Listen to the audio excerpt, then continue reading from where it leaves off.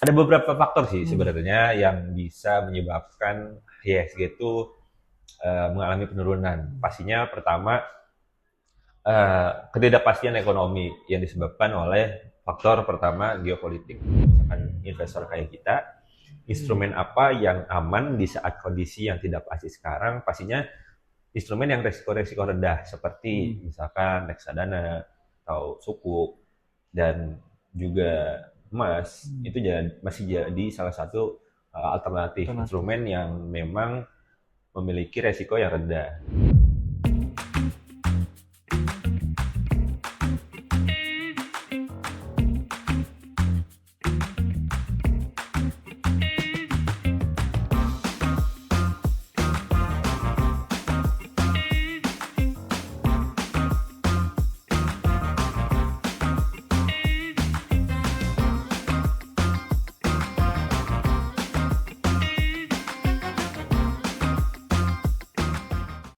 Halo Gisers, welcome back to Points.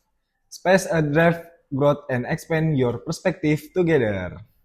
Kalau kita ngomongin pasar modal saat ini, mungkin rasanya itu kayak lagi naik roller coaster ya Gisers, di mana rupiah yang terus melemah, suku bunga acuan yang terus naik agresif, dan juga ekonomi global meliputi ketidakpastian.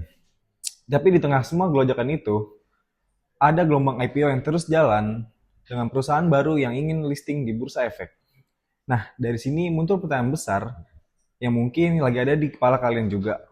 Di mana di tengah kondisi market saat ini yang naik turun terus, tidak stabil, apakah saat ini waktu yang tepat untuk kita memberikan peluang besar atau malah kita menunggu terlebih dahulu?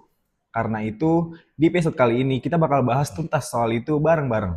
Mulai dari kondisi ISG saat ini, dampak rupiah dan suku bunga, lalu sektor apa saja yang memiliki peluang besar di tengah ekonomi saat ini.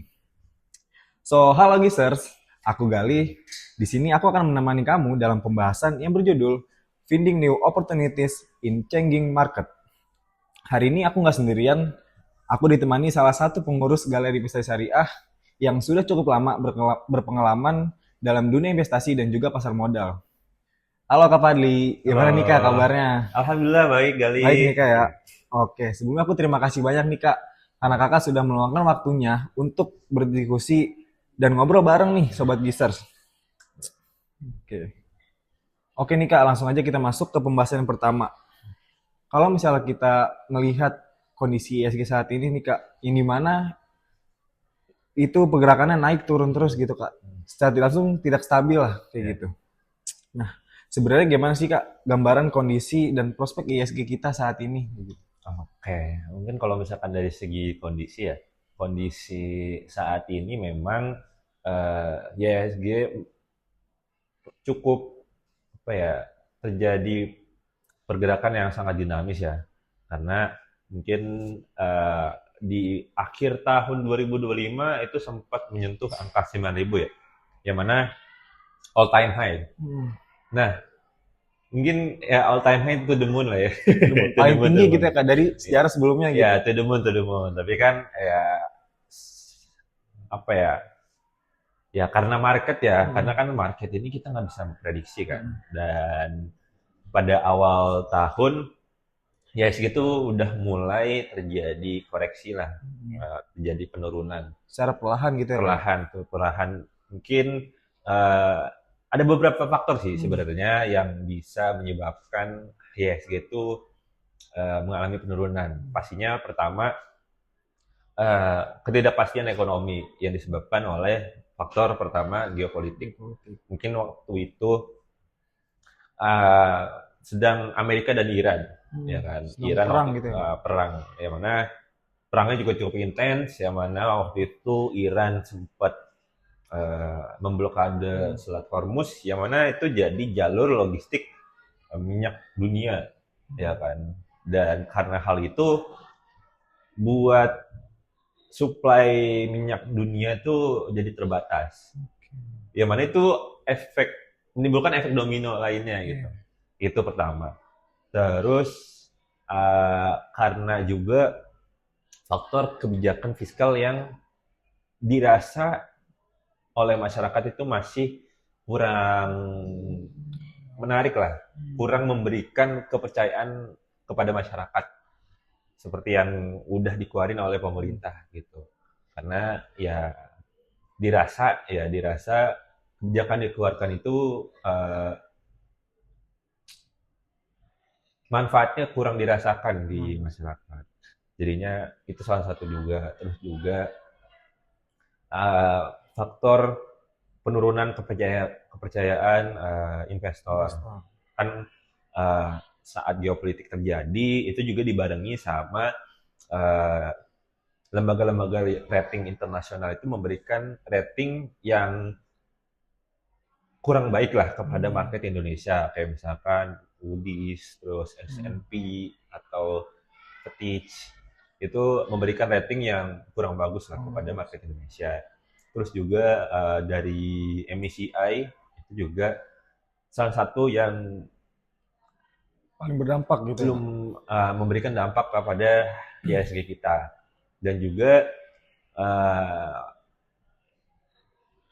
dari kebijakan yang dikeluarkan pemerintah itu membuat APBN itu terus-terusan pengeluarannya terlalu besar, dan itu juga bisa menurunkan uh, ketidakpercayaan investor ini. Jadi memang buat kondisi saat ini para investor pastinya tingkat kepercayaannya itu lagi Menurun. cukup rendah, makanya memang sangatlah berdampak lah, karena juga capital outflow pun besar karena kepercayaannya rendah. Dan mungkin karena investor luar negeri itu mempunyai dana besar di Indonesia, jadinya saat capital outflow terjadi besar itu sangatlah berdampak pada Indonesia. Dan itu juga dipengaruhi dari pelemahan rupiah juga. Jadi memang ada banyak sekali hal-hal, faktor-faktor yang membuat IHSG kita bisa jadi kayak gini gitu. Kayak gitu sih. Dan kalau aku pribadi, kalau aku pribadi percaya kalau prospek ke depan masih cukup bagus, karena mungkin kalau dilihat dari fundamental dari perusahaannya, yang perusahaan-perusahaan yang udah listing ya di Bursa Efek itu yang besar-besar itu, dan juga ekonomi kita itu masih bagus fundamentalnya. Kalau aku sih selama fundamental perusahaan itu bagus, ya bakalan akan kembali lagi ke sedia kala gitu. Kalau aku pribadi ya. Oke, tadi kan juga udah dibahas nih Kak, faktor-faktor dari penurunan ISG. Mulai dari penurunan kepercayaan investor gitu terhadap bursa kita. Dan juga bursa kita ini sangat berpengaruh gitu. Sangat terpengaruhi oleh pihak-pihak asing gitu. Contohnya kayak investornya, lalu lembaga-lembaganya seperti MSCI yang memberikan keputusan yang kurang memuaskan lah gitu untuk market kita gitu. Tadi dibahas juga terkait pelemahan rupiah ini Kak. Nah, kalau bahas soal rupiah nih Kak, menurut Kakak nih Kak, sebesar apa sih Kak pengaruhnya si rupiah ini gitu ketika dia melemah gitu? Ditambah kondisi ekonomi global kita saat ini gitu kepada market kita. Gitu. Oke, buat dampaknya sendiri pastinya berdampak ya, karena pelemahan rupiah itu akan membuat investor akan memilih instrumen yang lebih aman. Karena dirasa kalau misalkan suatu mata uang itu mengalami kelemahan, maka resikonya akan besar. Makanya investor-investor itu cenderung akan memilih instrumen yang lebih aman. Kira-kira nih Kak, instrumen yang aman tuh seperti apa aja sih Kak gitu? Oh, oke. Kalau misalkan dari POV investor luar negeri ataupun luar negeri ya, kalau misalkan investor luar negeri, mereka akan cenderung berpindah ke negara yang lebih kuat mata uangnya.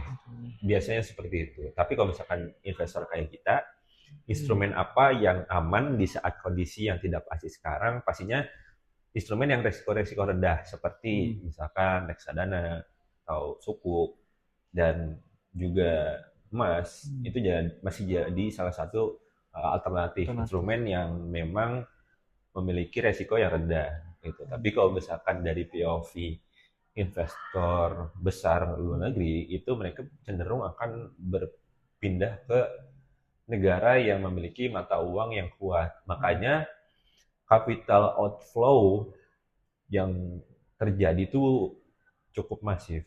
Jadinya itu sangatlah berdampak ke IHSG kita yang mengalami pelemahan gitu. Jadi investor asing itu cenderung keluar dari Indonesia dan memilih negara yang memang dari segi kondisi mata uang yang lebih kuat gitu. Tapi mungkin dari segi data ya, kalau dari segi data sebenarnya rupiah ini bukan yang terburuk juga dari segi pelemahannya. Masih ada yang negara lain yang pelemahannya itu lebih lagi dari kita gitu. Berarti ada beberapa negara tuh yang nilai mata uangnya tuh lebih parah gitu penurunan daripada rupiah. Iya, jadi memang bukan hanya rupiah aja yang mengalami pelemahan, tapi beberapa negara lain juga mengalami pelemahan yang sama, bahkan lebih parah dari Indonesia gitu. Jadi memang sebenarnya sih dari pemerintah sendiri itu udah mempunyai udah mengeluarkan kebijakan-kebijakan untuk bisa menekan rupiah gitu. Jadi sebenarnya dari pemerintah sendiri udah responsif terhadap kondisi pelemahan sekarang.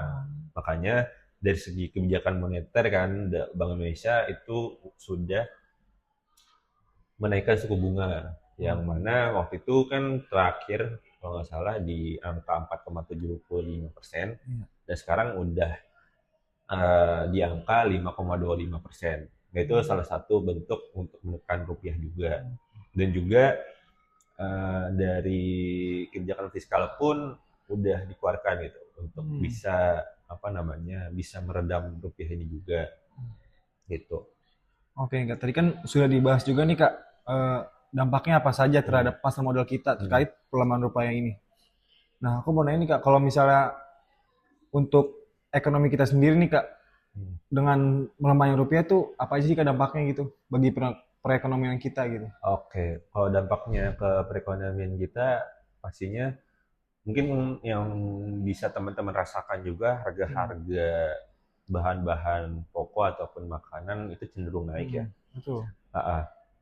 Karena pertama mungkin bisa kita lihat dari segi bahan bakar bensin gitu, itu mengalami kenaikan kan. Betul. Karena faktor yang kemarin yang perang itu harga minyak dunia naik, terus pemerintah kita juga menaikkan harga BBM ya kan. Ya dari awal itu Pertamax yang saya sering beli itu 13.000, itu naiknya tuh cukup signifikan gitu Kak. Di angka 19.000 gitu. Dari awal itu 13.000. Nah, itu kan dari situ ada kenaikan kan. Nah, dari BBM naik ini pastinya akan meningkatkan biaya logistik yang tinggi juga. Nah kan untuk kayak bahan-bahan pokok itu kan butuh biaya logistik kan. Nah otomatis biaya logistiknya akan naik. Nah jika biaya logistik naik maka harga pun akan naik. Jadi mungkin yang teman-teman rasakan juga kayak misalkan teman-teman ke warung makan itu harganya udah mulai naik gitu. Jadi mungkin kayak mahasiswa seperti saya itu udah mulai agak memilih-milih tempat lagi nih mana yang masih murah nih. Jadi karena banyak dari segi UMKM ya Kak, untuk segi makanan nih.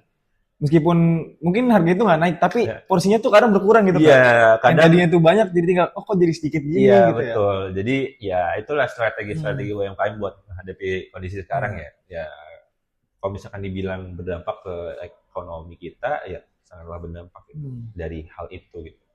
Tapi sebenarnya dengan pelemahan yang terjadi ini kan kalau kita lihat ya sebenarnya fundamental kita bagus gitu. Mungkin bisa dilihat dari pertumbuhan ekonomi kita itu masih di angka 5,2%. Itu bagus, Masih terbilang bagus Kak.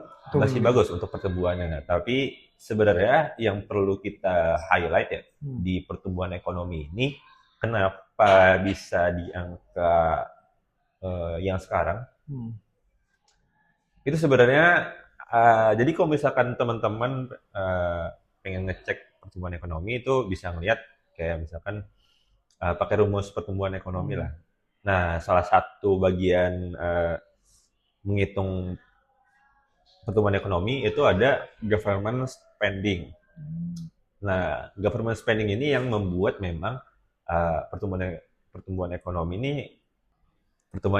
itu bagus karena government spending yang besar. Mungkin yang bisa kita lihat kayak misalkan program-program yang terjalankan sekarang kan butuh biaya yang besar. Nah, itu jadi salah satu faktor pendorong pertumbuhan ekonomi dari itu.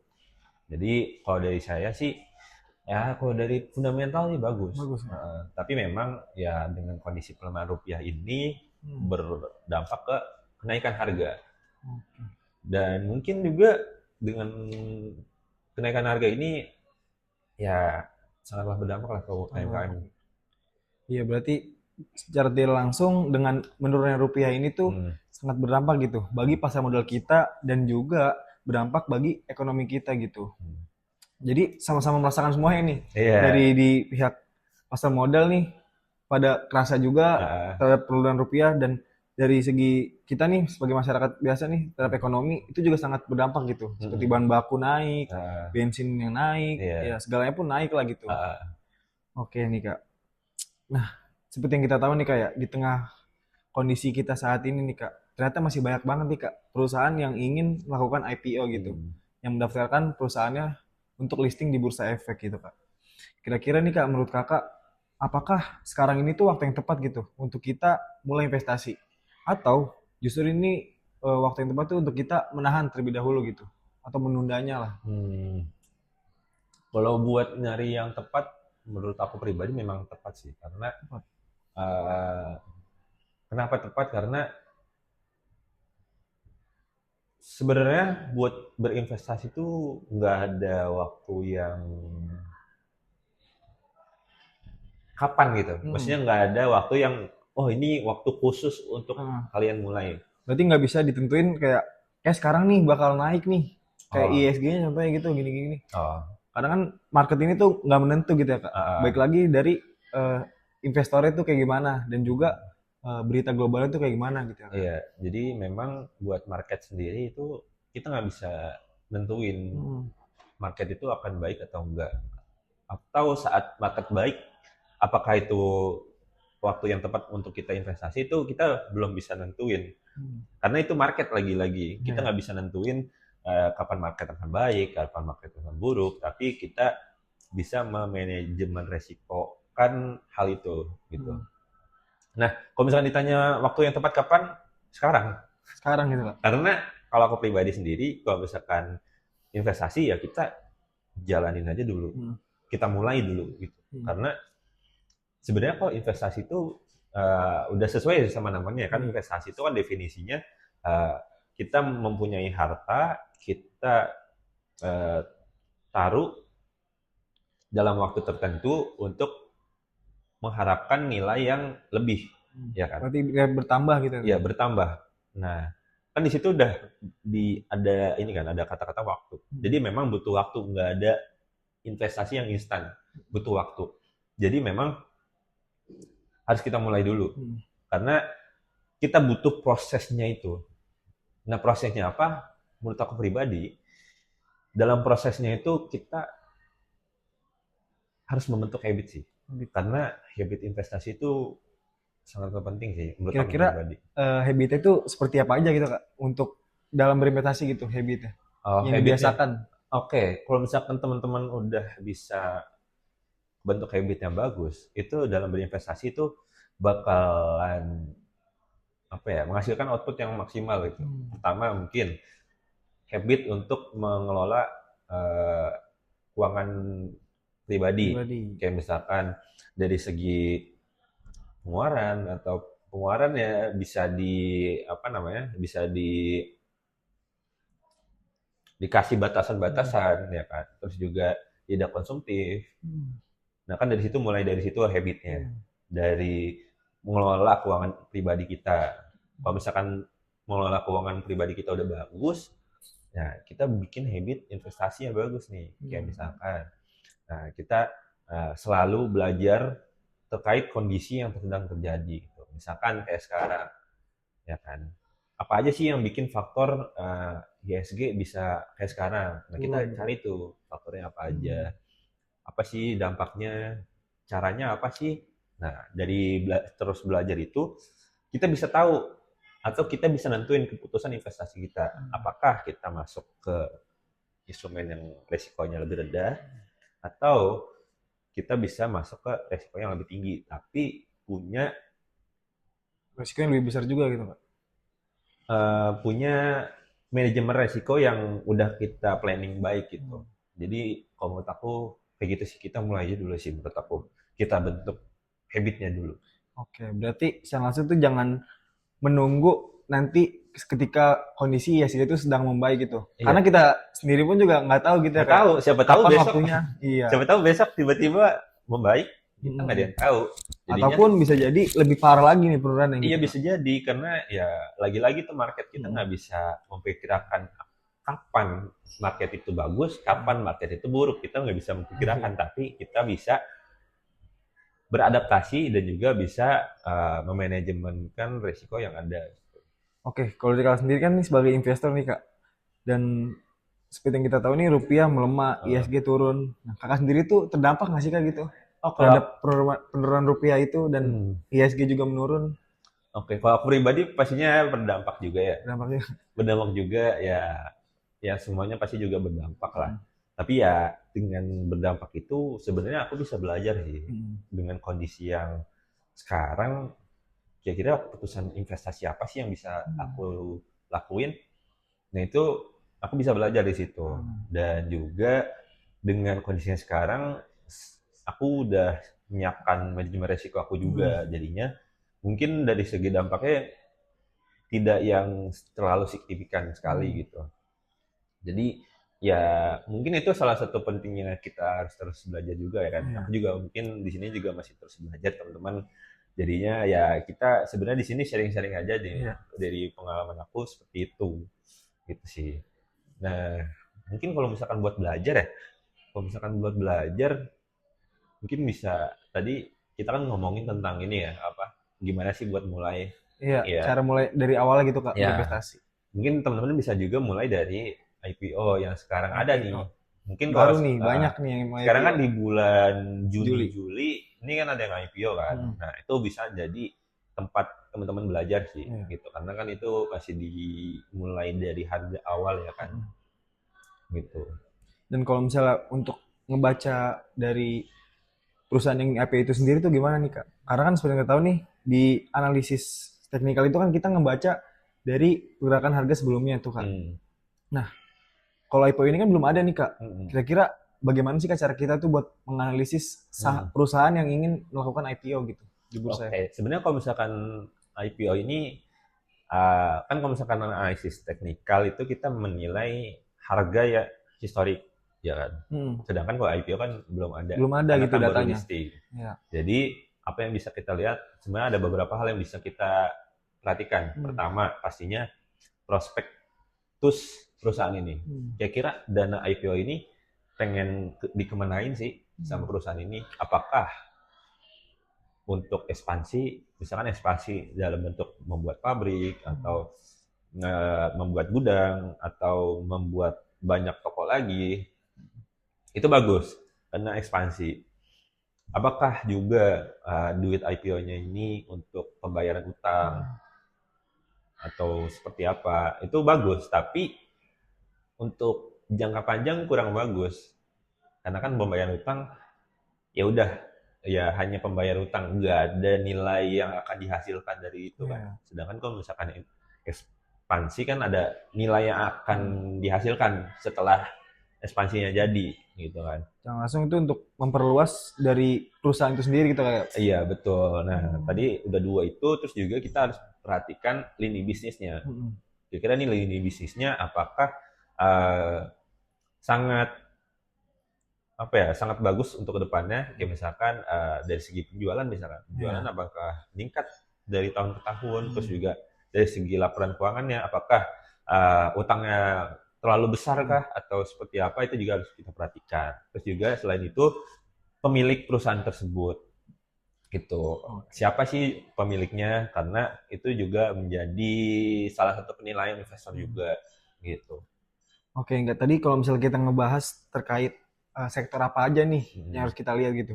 Menurut kakak nih kak, untuk sobat bisnis nih yang Hmm. ingin mulai atau menambahkan portofolio nih kak, kira-kira nih kak, sektor apa saja sih kak yang paling berpengaruh nih kak? Atau secara tidak langsung tuh memiliki peluang besar gitu di tengah kondisi ekonomi saat ini gitu kak? Oke, kalau misalkan peluang itu buat sektor apa ya? Kalau misalkan sektor Hmm. pastinya yang menurut saya pribadi, bank masih menjadi sektor yang stabil sih. Stabil. Cenderung stabil. Jadi itu bisa menjadi pilihan buat teman-teman. Masih menarik Hmm. perbankan. Terus juga dari sektor energi. Energi itu Energi. juga masih jadi sektor yang menarik buat sekarang, karena sekarang kan lagi transisi Hmm. energi juga ya kan. Jadinya eh, menarik lah. Menarik. Selain itu juga dari segi sektor komoditi itu juga masih menjadi hal yang menarik juga sih. Itu sih kalau dari pendapat aku ada Hmm. tiga. Pertama perbankan, terus juga energi, terus Hmm. sama komoditi sih. Nah, kalau misalnya yang di bagian energi nih Kak, Hmm. kira-kira yang paling berpotensi yang di bagian apa gitu Kak? Apakah yang di batu baranya kah? Atau di Hmm. sektor minyak? Atau di sektor emas gitu? Pastinya buat yang menarik itu ada di sektor energi terbarukan. Terbarukan. Karena memang mungkin sesuai dari uh,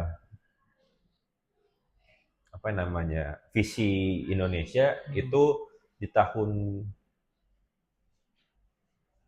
di beberapa tahun ke depan itu mengharuskan penerapan energi hijau tuh lebih Hmm. masif gitu. Kayak mungkin saat ini tuh solar B50 gitu ya Kak, sudah dikeluarkan gitu. Situ itu juga mungkin sekarang di bulan Juli ini apa ya namanya, Perdana Menteri Singapura Hmm. itu kan jadi kita habis sehingga tadi aku baru dapat baca berita di bulan Juli ini Singapura dan Indonesia baru tanda tangan kerjasama untuk pembuatan uh, energi solar Hmm.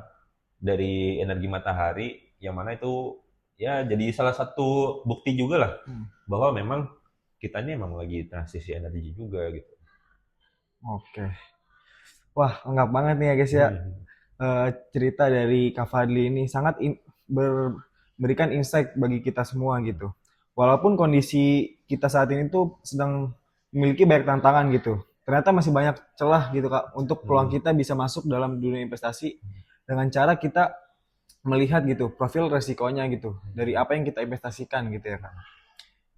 Nah, sebelum kita nutup episode kita kali ini, kira-kira nih Kak, ada tip khusus nggak sih Kak buat para investor retail dan gizers juga nih yang lagi dengerin podcast Hmm. ini supaya bisa lebih jeli atau nyari peluang baru di tengah market yang sering berubah-berubah seperti saat ini gitu. Oke, buat tips-tipsnya pastinya kalau dari pengalaman aku pribadi ya, Hmm. aku lebih sering apa ya, ningkatin eh, apa ya namanya, literasi aku sendiri sih. Jadi Hmm. aku mau lebih sering untuk baca-baca berita sih. Oke. Karena dari berita-berita itu kita bisa dapetin pengetahuan yang mana itu bisa jadi apa ya, bisa jadi penguat kita dalam menerapkan atau memberikan keputusan investasi Hmm. gitu. Jadi mungkin teman-teman bisa lebih sering lagi Hmm. membaca berita ataupun uh, buku Iya. tentang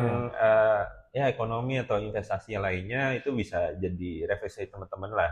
Itu bagus banget lah, karena dengan pengetahuan yang kita punya itu kita bisa apa ya, lebih adaptif Hmm. juga sama kondisi sekarang, jadinya kita bisa lebih rasional lah dalam menentukan keputusan investasi Oke. kita gitu. Kalau aku pribadi sih memberikan tips itu, dan juga mungkin buat teman-teman yang masih belum pernah terjun, mau terjun, ya saran aku sih mulai aja dulu. Mulai aja dulu Kak. Mulai aja dulu. Berarti nggak usah harus nunggu keadaan ISG ini membaik gitu. Iya, karena ya teman-teman harus mulai dulu, karena pengalaman aku pribadi ya mungkin awal-awal pasti ada ruginya.